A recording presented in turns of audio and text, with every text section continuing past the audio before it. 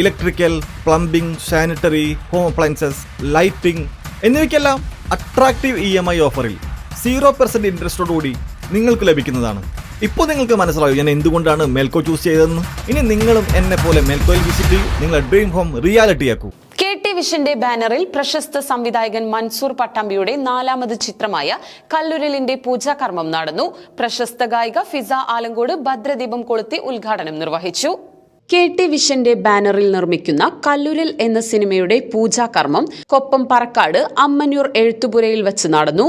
പ്രശസ്ത ഗായിക ഫിസ ആലങ്കോട് ഭദ്രദീപം കൊളുത്തി ഉദ്ഘാടനം നിർവഹിച്ചു. കുഞ്ഞു കോക്കൂർ കഥയും തിരക്കഥയും സംഭാഷണവും എഴുതി മൻസൂർ പട്ടാമ്പി സംവിധാനം നിർവഹിക്കുന്ന ചിത്രമാണ് കല്ലുരൽ.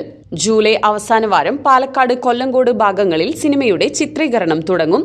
ഈ കല്ലുരൽ എന്ന സിനിമയുടെ സംവിധായകനാണ്. എൻ്റെ 4ാമത്തെ സിനിമയാണ് ഇത്. എന്ന സിനിമയുടെ സ്ക്രിപ്റ്റ് ലോഞ്ചിങ്ങുമായി ബന്ധപ്പെട്ടാണ് നമ്മളിന്ന് എല്ലാവരും ഇവിടെ കൂടിയിരിക്കുന്നത്. ഇതിൻ്റെ സംവിധാനം നിർവഹിക്കുന്നത് ഞാനാണ്. ഇതിൻ്റെ കഥയും തിരക്കഥയും സംഭാഷണവും എഴുതി കുഞ്ഞു കോക്കൂർ എന്ന ഒരു ആളാണ് ഇതിൻ്റെ സ്ക്രിപ്റ്റ് ചെയ്യുന്നത്. ഇത് മനോഹരമായ പശ്ചാത്തലത്തിലാണ് ഇതിൻ്റെ ലൊക്കേഷൻ. ഇത് പാലക്കാട്, കൊല്ലങ്കോട് ഭാഗങ്ങളിലൊക്കെ വെച്ചാണ് ഇതിൻ്റെ ഷൂട്ടിങ്.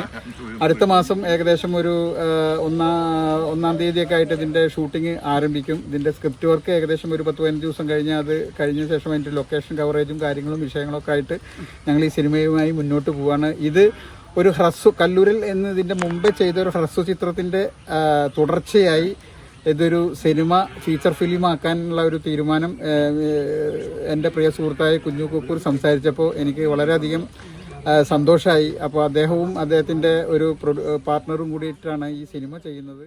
സാമൂഹിക പ്രസക്തിയുള്ള നാടോടികളുടെ കഥ പറയുന്ന ചിത്രം ഒരു ഫീമെയിൽ ഓറിയന്റൽ സബ്ജക്റ്റാണ്. ഒറ്റയ്ക്ക് പൊരുതി ജീവിക്കുന്ന ഒരു പെൺകുട്ടിക്ക് നേരിടേണ്ടി വരുന്ന പ്രതിസന്ധികളും പ്രയാസങ്ങളുമാണ് സിനിമ ചർച്ച ചെയ്യുന്നത്. തന്നെപ്പോലെ മറ്റൊരാൾക്ക് ഇതുപോലുള്ള ദുരന്തങ്ങൾ സംഭവിക്കാതിരിക്കാൻ പ്രതിജ്ഞയെടുത്ത് സമൂഹത്തിലേക്ക് ഇറങ്ങുന്ന ഒരു നാടോടി പെൺകുട്ടി മറ്റുള്ളവർക്ക് മാതൃകയാകുന്നതാണ് കഥയുടെ ഇതിവൃത്തം. ഈ സിനിമ ഇന്ന് സ്ക്രിപ്റ്റ് ഉദ്ഘാടന ചടങ്ങും മറ്റതേപോലെ പൂജാ ചടങ്ങും നടന്നിലെത്തിയ എല്ലാവർക്കും ആദ്യമായിട്ട് നന്ദി സമർപ്പിക്കുന്നു. കാരണം ഇത് നമ്മൾ 20 വർഷം മുന്നേ ജീവൻ ടിവിയിൽ വന്ന ഒരു കഥയാണ്. അന്ന് ഞാനായിരുന്നു നായകൻ. ഇന്ന് ആ പ്രായം കഴിഞ്ഞു. ഇപ്പോൾ പുതിയ നായകനും അതുപോലെ കഥാകൃത്തും ഒക്കെ ആയിട്ട് മുന്നോട്ട് പോകണം.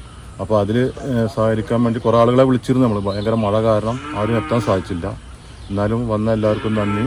ഇത് എന്താ പറയുക, എല്ലാവരുടെയും അനുഗ്രഹം ഉണ്ടാവട്ടെ. ചടങ്ങിൽ മണി മേനോൻ, റിജേഷ്, അമൃതവർഷിണി, ഗോപി കൂറ്റനാട് തുടങ്ങി സാമൂഹിക സാംസ്കാരിക മേഖലയിലെ പ്രമുഖർ പങ്കെടുത്തു.